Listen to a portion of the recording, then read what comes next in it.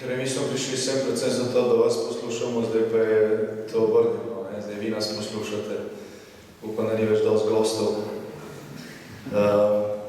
Tako da vse nekaj časa ostala tudi za tisto glavno. Vsekakor pa bi tudi jaz želel z vami podeliti par besed in misli. Najprej besede zahvale za podporo v lanskem letu. O tem je prej govoril vaš predsednik Žan Mahnič. Mislim, da je bila to res ena redkih obletnic, ko mene ni bilo zdravo. In ko ste se ponovno zbirali pod geslom, pod katerim je Slovenska demokratska mladina postala znana širom cele Slovenije v letu svojega nastanka, Svoboda za Slovenijo. Ko smo praznovali tako 10. ali pa 15. obletnico stranke, tudi podmladka Slovenske demokratske mladine, smo verjetno si verjeli, da so to gesla, ki sodijo v zgodovino. Ki ste slavno zgodovino, ampak vendarle v zgodovino. Da ne bodo več aktualna, da Slovenija pa zdaj, potem ko se jo osamosvojila, postala članica mednarodnih integracij, katere smo si želeli, ali po katerih smo nekoč samo sanjali, da bo to naša realnost. Da se bom pogovarjal zgolj o tem, kako to novo priložnost izkoristiti, kako zagotoviti boljše življenje, večjo blaginjo, več delovnih mest za mlade, boljšo izobrazbo, vse tisto, kar posameznika dela konkurenčnega v tem globalnem svetu, in da so nekatere stvari opravljene enkrat za vedno. Žal, dogodki lanskega in letošnjega leta, tako v Sloveniji kot v Evropi in okrog Evrope, kažejo, da se je pa za nekatere stvari potrebno vedno boriti, da ni rečeno, da žal tudi vaša generacija ne bo morala ponavljati nekaterih lekcij, skozi katere smo šli mi, in da je na to pač treba biti vedno pripravljen. Torej, prej karkoli rečemo o drugih stvareh, dejansko bodimo pripravljeni.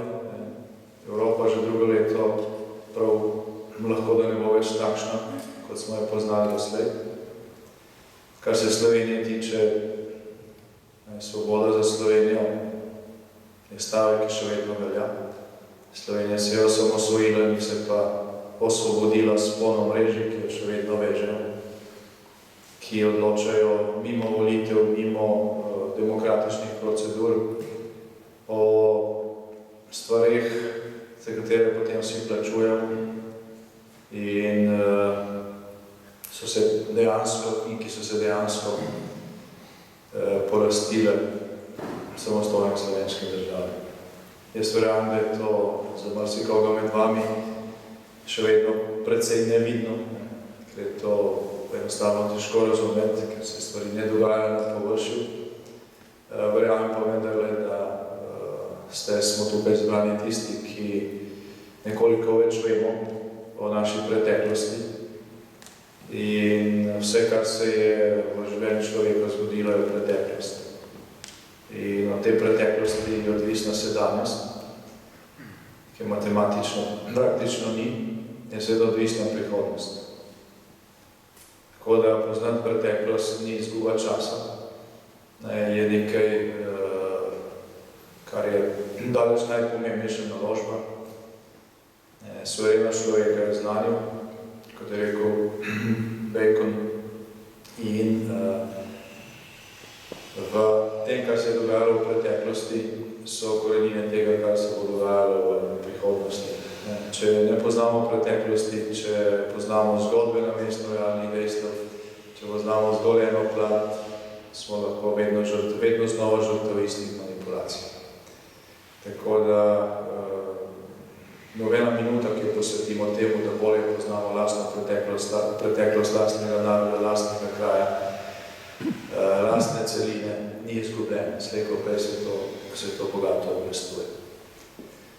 V Slovenski demokratski mladini, pa tudi v podmladkih drugih strank, tudi tisti, ki sodijo na nasprotni politični pol, ali politične tekmece, se zbirate tisti mlade, pa se zbira tisti del mlade generacije, ki ni vseeno, kaj bo z nami. Tako da je treba spoštovati vsakega, tudi tistega, ki danes misli drugače in se z njim ne strinjamo in jih prepričujemo, da so stvari drugačne, kajti marsikdo, ki mogoče danes še plava, misli popolnoma drugače, pod nas pa je v vaših letih, je lahko čez 5 ali pa 10 let že naš prijatelj in zaveznik. Teže je to pričakovati od, recimo, mojih sovrstnikov, tam kakega velikega upanja ni, je to več izguba časa, ampak za vašo generacijo pa druženje, sodelovanje, debate, prepiri, če hočete, z vašimi vrstniki, vse to je dobrodošlo in nikoga ne izključuje. Izkušnje, tako moje osebne, kot mnogih drugih in zgodovina celo uči, da pač tisti mlad človek, ki se ne zapira zgolj v oske okvire lastne karijere ali pa lastne dobrobiti, ampak misli tudi širše, se je pripravljen angažirati tudi za druge, za skupno dobro, da pač tisti del vsake generacije v vsakem primeru postane elita, ki upravlja z družbo, ki odloča o tem, kaj se bo dogajalo, in zaradi tega je izjemno pomembno, da je ta del generacije čim večji, da čim več ve o sebi, da pozna čim več resnice in da na tej podlagi pač skrbi za to, da se zadeve ali pa da se razmere v družbi odvijajo v pravo smer. Slovenska demokratska mladina pa glede na vse znanje, glede na zelo bogato zgodovino, predstavlja za prihodnost tudi znotraj tega aktivnega dela generacije veliko upanje. V zadnjem času ste dosegli nekaj pomembnih prebojev. Zastopani ste v državnem zboru močneje, kot je bil kadarkoli kakšen podmladek zastopan v zakonodajni oblasti v Sloveniji. Ste vam je preboj v izvršilna telesa mednarodnih organizacij. In v lanskem letu ste dokazali, da to ni zgolj neka forma, in boj za funkcije, ampak smo iz teh formov dobili tudi močno podporo, takrat, ko smo jo najbolj potrebovali. Tisti, ki spremlja naše pa vaše delo, ko vidijo, da se v državnem zboru ali pa preko državnega zbora SDM bori za interese celotne mlade generacije, preko zakonov, ki so bili vloženi strani naše poslanske skupine, preko pobud poslanskih vprašanj in preko opozoril vladi na tiste pereče probleme, ki so v danem trenutku najbolj aktualni. Za prihodnost, mislim, da je pred vami, poleg tega, da se vzdržuje ta tempo, tam, ker ste preboje dosegli, ključna naloga v ukrepitvi lastne moči.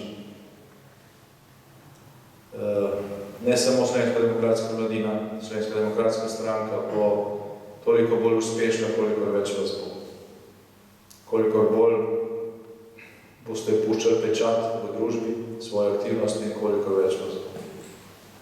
Tako da vsak nov odbor, ki ga ustanovite, je velika dodana vrednost. Vsak nov član ali članica, ki ga pridobite in ki se aktivira, pa še včeraj ni bil, ka niti niso zanimale te stvari, je verjel temu, čemu verjame večina slovenskega prebivalstva, da eno je normalnost, druga je pa politika. Vse to je dodana vrednost. Vse to je dodana vrednost in vse je politika.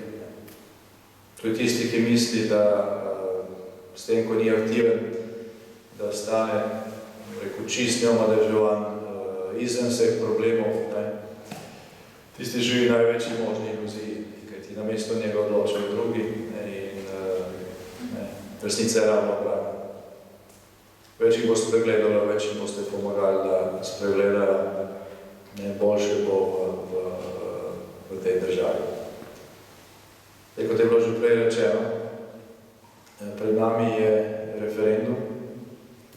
Na tem referendumu bomo Slovence, pa so slovenski narod stehtali. In to dvojno. Najprej bo šlo za vrednote. Videlo se bo, koliko je na eni strani, kakšna je na eni strani moč propagande, ki nekaj, kar ni človekove pravice. Posvojitev otrok ni človekove pravice. Imamo odločbe Evropskega sodišča za človekove pravice, kjer to piše črno na belem, poleg tega pa to samo po sebi umevno. Tudi vse človekove pravice so konkretno naštete v slovenski ustavi, te tam seveda ni, zato je referendum tudi dovolj v tem vprašanju. Če je bila posvojitev otrok strani istospolnih parov človekova pravica, potem tega referenduma ne bi bilo. Ustavno sodišče je bolj levo kot desno, pa je kljub temu dovolilo ta referendum, ker je stvar ustavno popolnoma jasna. Torej, tukaj se bo videlo, ali je moč neke propagande, ki skuša nekaj, kar je belo prodati kot črno,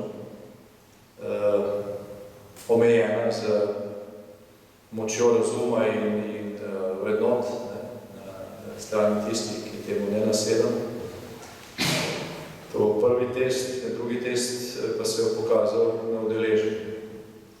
Videli bomo, koliko 100 000 v Sloveniji ni vseeno, v kakšni državi živi. Zahtevanje kvorum, 20% udeležba, vsak, ki bo prišel na ta referendum, ne glede na to, kako bo glasoval, ne bo prispeval k temu, da bo odločitev veljavna. Tako da apeliram na vse, da se vključimo v to kampanjo in prepričevanje mladih, ker se mi zdi, da različnih razlogov bo bitka najtežja. Bo bitka najtežja, še vsej, kar se tiče udeležbe.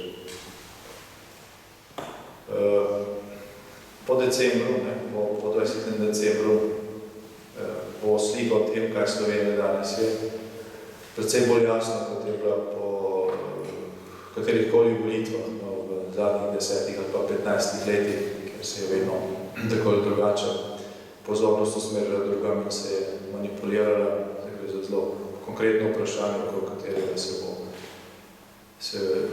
bo Slovenija dvakrat stehtala. Naslednje leto, kot že rečeno, se lahko stvari obrnejo dobro, lahko se obrnejo tudi slabo, ko gre za našo širšo družino, za Evropo. Mislim na obvladovanje tega migrantskega vala. Tukaj pa gre zdaj za boj za dušo Evrope. Če bo šlo decembra za dušo Slovenije, gre pri tem vprašanju za dušo Evrope, za vprašanje evropske identitete, nikakor ne za vprašanje solidarnosti, tukaj ne gre za solidarnost. Ni solidarno, recimo, iz neke države, kot je Sirija, vabiti k sebi vse učitelje, profesore, trgovce, cel srednji razred, vse izobražence, ker jih ti rabiš, ker jih tvoja industrija rabi. Što državo reveže in tiste, ki si ne morejo privoščiti, da kam gredo, pa prepusti ali diktaturi, ali usodi propadle države. Tako da, ko nekateri evropski politiki govorijo o solidarnosti, je to zgolj poza, ali pa ne vedo dobro, o čem govorijo. In na tej točki se bo Evropa stehtala. Se bomo videli, ali bo tukaj prevladal razum, ali bo prevladal kaos. Zaenkrat je nemogoče reči, upajmo, da se je zgodilo tisto prvo, ampak zaenkrat je nemogoče reči, kaj se bo dejansko zgodilo, ne pač treba biti pripravljen na vse. Poleg tega, da zbirate nove članice in člane in znanje, zbirate tudi pogum. Ni rečeno, da tudi vaša generacija v prihodnjih letih ne bo na preizkušnji, kot so Slovenije čakale pred 25 leti. Čeprav si želimo, da se to ne bi zgodilo, ampak 2 leti nazaj